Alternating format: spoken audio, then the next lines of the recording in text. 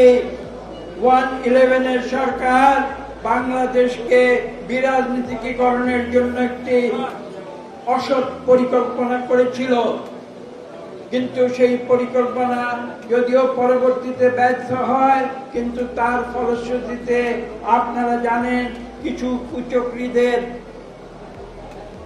কারণে সেই দেশে তখন একটি নির্বাচন অনুষ্ঠিত হয়, যেটাকে বাংলাদেশে নয় জাতিসংঘ সারা বিশ্বে একটি সুষ্ঠু নিরপেক্ষ নির্বাচন বলে প্রচার করার অপপ্রয়াস নিয়েছে।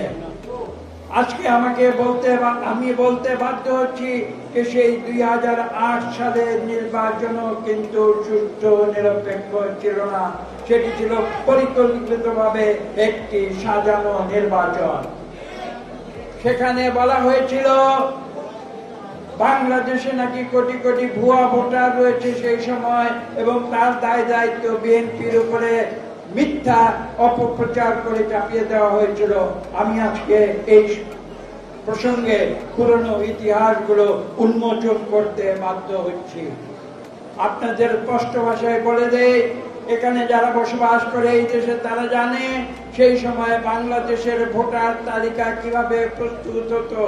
একজন নাগরিক নিজের গ্রামের বাড়িতে ভোটার হতো, আবার যারা শহরে কর্মস্থলে বাস করত সেখানেও তারা ভোটার হতো। কাজে এটা তৎকালীন যে আমাদের যে সমাজের যে ব্যবস্থা ছিল সেই সমাজ ব্যবস্থার কারণে অনেকে দুইবার ভোটার হিসাবে তারা তালিকাভুক্ত হতো, কিন্তু তারা কখনো দুইবার ভোট দেয় নাই। তারা যখন ভোটের দিনে যদি তারা বাড়িতে যেত, বাড়িতে গিয়ে ভোট দিত, ভোটের দিনে যদি তারা শহরে থাকতো, শহরে ভোট দিত। এই কঠিন সত্যগুলো আজকে আমি নতুন করে বলতে বাধ্য হচ্ছি এই কারণে যে মিথ্যা ইতিহাস আওয়ামী লীগ যেটা সৃষ্টি করেছিল, মিথ্যা ইতিহাস 111 যেটা সৃষ্টি করেছিল, সেই মিথ্যা ইতিহাসের উন্মোচন করে দিতে হবে। এবং পরবর্তীতে নতুন করে ভোটার লিস্ট করা হয়েছিল, এটা সত্যি, কিন্তু সেই ভোট ছিল সম্পূর্ণ নিয়ন্ত্রিত।